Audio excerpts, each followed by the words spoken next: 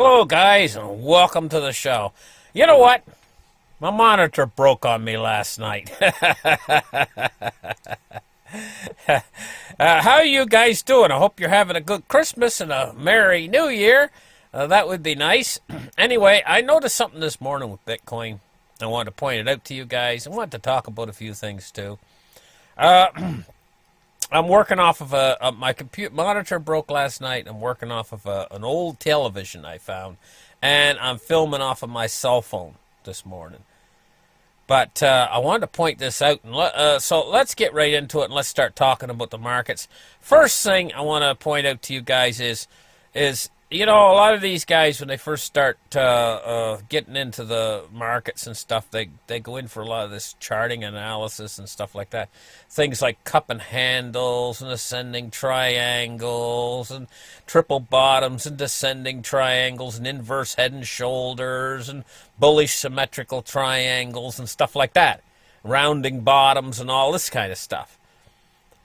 Well, you know, when you've been looking at charts long enough, and over again, your brain figures all that stuff out. You can just look at the chart and you start to get a second feel for where the market's going to go. And also, you got to take into consideration. Now, you know these guys that's into all this stuff like head and shoulders patterns and all this stuff. They don't take into consideration what's actually happening in the market itself, the dynamics of the market itself. Right? And the problem with that's the problem with the charting analysis. That's why they can't get anywhere. Okay? But I noticed something this morning in the market that's really big that a lot of people wouldn't even see it. You know? It gave me a signal to the Bitcoin market, you know, this morning. Anyway, let's get into it. I'll show you what the signal is. Let's open up the Bitcoin chart right here. Now, one of the things that gives me a strong indicator in this market, let's open up the chart right here. And one of the things that gives me a strong indicator in this market, I got to take my glasses up here in order to see this computer screen. One of the things that gives me a strong indicator in the market is this one candle that happened this morning. Now, if you notice, we had a bullish trend and we had a huge green candle leading up. Look at the size of this green candle. Let me pull back. Right here. Look at the size of that. That is that's a lot of positive energy coming into the marketplace right there. That's a strong green candle, you know. And that's the kind of red candles we was getting from the bears. For a long time, we were getting red candles just like that. Strong energy downwards, you know. They were right on to sell, you know. Hot on. But now, look. She went up and all night last night, she kind of drifted along. Nobody really wanted to sell. But if we pull back on the chart, it went along all night like that, you know. And then this morning, all of a sudden, we got some bear energy coming into the market. This candle right here. And it took it all the way down to 38.13. But what I noticed about that bear energy was it didn't have that oomph that it used to have a month or two ago. You know, and the downward spike was not that big, and right now it's doing a downward spike as well. Let's move to the 1 minute and take a look. You know, it's doing a little downwards right now, but you notice it's not moving very fast. It's kind of a slow downwards, and it went right back up again. They lost that little bit of momentum they had. Well, you know what? The bears are starting to lose power. And one of the big reasons why is there's no bad news coming for cryptocurrency right now. You know, it's just basically the news on cryptocurrency's roughly neutral. And if no bad news comes in, if nothing happens like some weird things, you know, that like Bitcoin's believe me, there's been so much bad news surrounding Bitcoin over the years. Bad news stories can come in from nowhere. But if no bad news comes in, the bears are actually losing steam, I think, right at this point. And the thing about that is the market's getting ready. It's showing signs to make a transition. And it's also showing that most of the weak hands is showing me that most of the weak hands have been flushed out at this point, and we're getting down to a price where an awful lot of people don't want to sell anymore. And the energy for the bear market is coming to a close now. We're reaching bottoms is what we're doing. And this bear market, I don't think it's got a lot of legs left, to tell you the truth. That's what it's starting to look like to me on these charts. It's starting to look like their energy's starting to run out. Look, they're at it today. The bears are at it today, and they're really trying. They're trying. They made a few red candles down. They're making a few more red candles down, but it's losing luster. So I think we're getting down near the bottom. I'm going to tell you honestly, if we do get one more leg down, I really think once we get a 2 in front of the number, like 2,900 or whatever, it's going to be end game for the Bears. If they got that much power left at all, I really don't think there's a lot of energy left on the downside at this point. So let's move on to talk about something else right now. Let's take a look at this article here from Motley Fool. And he sees he says there's another financial crisis emerging. And he goes on to talk about how 10 years since the global financial crisis and the worst recession since the Great Depression. And he talks about how the housing crisis was triggered by a housing collapse and it spread like wildfire and so on. But he talks about the economy now, and he says data indicates the economy is growing. And he quotes 3.5% GDP growth. He quotes low jobs. He says unemployment rate of 3.7%, which is the lowest level in a decade, and so on. He talks about these things, and he says, for these reasons, he says, it's unlikely that another financial crisis or recession will emerge anytime soon. That's the conclusion he's drawn,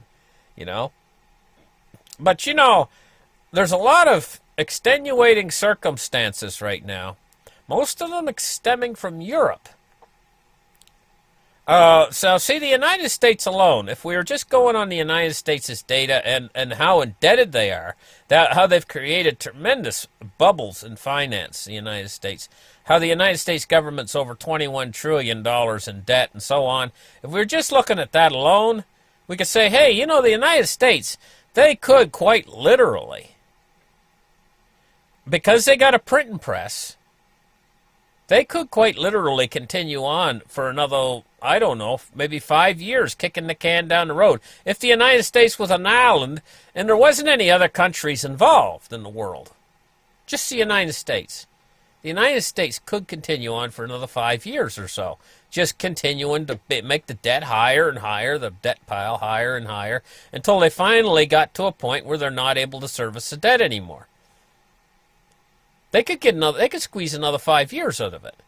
But the United States does not exist alone, all by itself in the world. It's a world economy. Europe is the biggest problem. Europe itself, they have a printing press too, called the European Central Bank. And they could continue to print euros. Mario Draghi could go back at printing billions and billions of euros every month. Of course, he's tapering right now. But he could go back at it. So they could continue on for quite a while, too, if they could hold the European Union together. And I say if. They can't.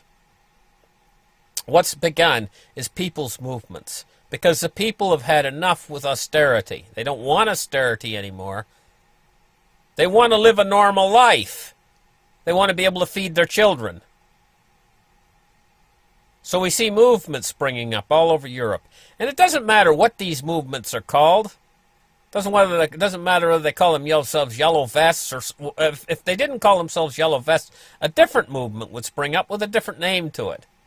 They only called them yellow vests because that's what they had. They had yellow vests.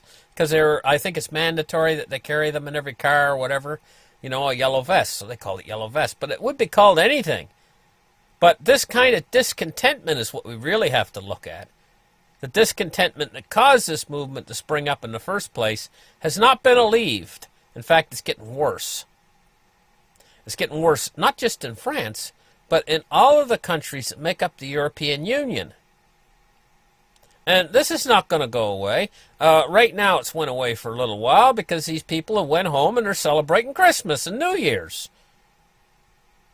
Okay? Then we got Deutsche Bank. Need I say more?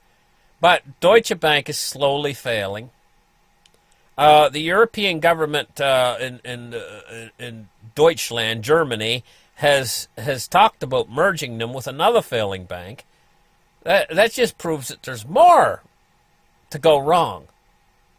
This is all linked to, and it's all linked together to the stock markets of the world. You know, the stock markets are completely overbloated with debt.